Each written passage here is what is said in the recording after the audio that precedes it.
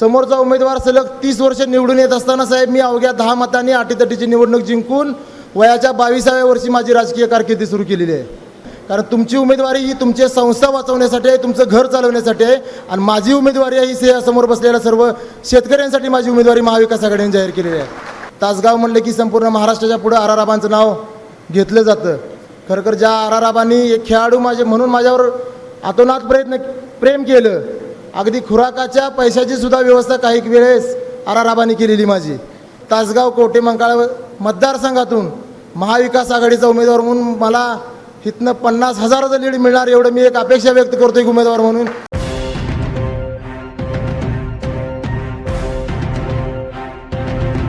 समोरचा उमेदवार सलग 30 वर्ष निवडून येत असताना साहेब मी अवघ्या 10 मतांनी अटीतटीची निवडणूक जिंकून वयाच्या 22व्या वर्षी माझी राजकीय कारकीर्द सुरू केलेली आहे. जिल्ह्यासाठी योगदान काय म्हटलं तर माझ्या कुस्तीची कारकीर्द सर्व लोकांनी इथे बसलेले बघितलेली आहे. अलीकडच्या 2-3 वर्षाच्या काळामध्ये सामाजिक क्षेत्रामध्ये जे उपक्रम राबवले, ज्या गोष्टी केल्या, त्या गोष्टी जिल्ह्याचं आपल्या सांगली जिल्ह्याचं नाव महाराष्ट्राच्या नव्हे तर संपूर्ण देशाच्या नकाशावर कसं उठून दिसेल ह्या दृष्टीने नेहमी प्रयत्न केले. 28 वर्षानंतर ह्या सांगली जिल्ह्याला महाराष्ट्र केसरीची गदा मिळवून देण्यात तुमच्या सर्वांच्या आशीर्वादानं मला यश मिळालं.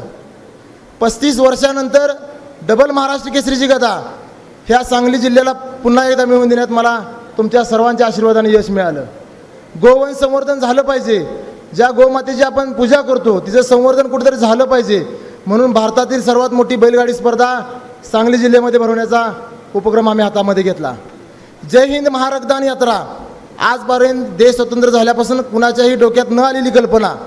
75 वर्षामध्ये आर्मीसाठी कुणीतरी रक्तदान करावं ही आजपर्यंत न घडलेली घटना उपक्रम हा सांगली जिल्ह्याच्या माध्यमातून सांगली जिल्ह्यामध्ये जय हिंद महारक्तदान यात्रेचं आयोजन केलं. 1 लाख जणांचं रक्तदान करून भारतासाठी व भारतीय सेनेसाठी देण्याचा आम्ही एक छोटासा प्रयत्न केला. त्यानंतर भारतातील सर्वात मोठी तालीम उभा करण्याचं काम आज सांगली जिल्ह्यामध्ये चालू आहे. म्हणजे एका सामान्य शेतकऱ्याच्या मुलानं जिल्ह्यासाठी अजून काय केलं पाहिजे की तुम्ही माझी आज उमेदवारी मला लायक समजताल. जी गोष्ट केली आजपर्यंत ती जिल्ह्यासाठी केली, जिल्ह्याचं नाव मोठं होण्यासाठी केली. पण साहेब दुर्दैव आज आपल्या महाविकास आघाडीतील घटक पक्षातील ज्यांनी बंडखोरी केलेली आहे. आता परत राजकारणातलं योगदान सांगितलं, सामाजिक जिल्ह्यासाठी काय केलं हे सांगितलं.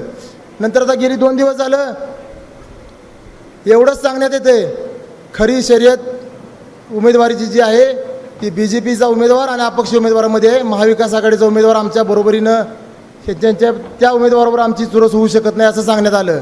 आणि मीही त्या गोष्टीला संमती दिली की तुमच्याबरोबर माझी बरोबरी होऊ शकत नाही. कारण तुमची उमेदवारी ही तुमचे संस्था वाचवण्यासाठी आहे, तुमचं घर चालवण्यासाठी आहे. आणि माझी उमेदवारी ही समोर बसलेल्या सर्व शेतकऱ्यांसाठी माझी उमेदवारी महाविकास आघाडीने जाहीर केलेली आहे. साहेब आज सांगली जिल्ह्याचं नाव तासगावमध्ये आपण आज ही सभा आयोजित केलेली आहे. तासगाव म्हणलं की संपूर्ण महाराष्ट्राच्या पुढे आर आबांचं नाव घेतलं जातं. खरं ज्या आर आबांनी एक खेळाडू म्हणून माझ्यावर आतोनात प्रेम केलं. अगदी खुराकाच्या पैशाची सुद्धा व्यवस्था काही वेळेस आर आबांनी केलेली माझी. त्याच सांगली जिल्ह्यामध्ये आदरणीय जयंतराव पाटील साहेब असतील, काँग्रेस असेल, राष्ट्रवादी काँग्रेसचा मोठा इतिहास या सांगली जिल्ह्यामध्ये आहे. पण आज साहेब मला सांगताना एक सांगली जिल्हावासी म्हणून आम्हाला लाज वाटते. एक काँग्रेस पक्षाचे ज्येष्ठ नेते आदरणीय वसंतदादा पाटील, खरं तर ते नाव एवढं मोठं आहे, आबाळ एवढं की ते कुणीही पुसू शकत नाही. पण आज त्यांच्या नातवावर भाजपची बी टीम म्हणून उभा राहण्याची वेळ आलेली आहे. हे खरं आपल्या सांगलीवासियांसाठी दुर्दैव आहे. भाजपची बी टीम म्हणून सर्वांच्या समोर आज ते उभा आहेत. भाजपचं पाकिट घेऊन भाजपचे पाकिट या चिन्हावरती समोर आपल्या आज उभा आहेत. त्यामुळे त्यांची किंवा BJPची या उमेदवाराची आपली बरोबरी होऊ शकत नाही. साहेब मी आज एवढंच सांगतो शेवटचं तुम्हाला. आज आर आबांच्या तालुक्यामध्ये आपण आज आलात.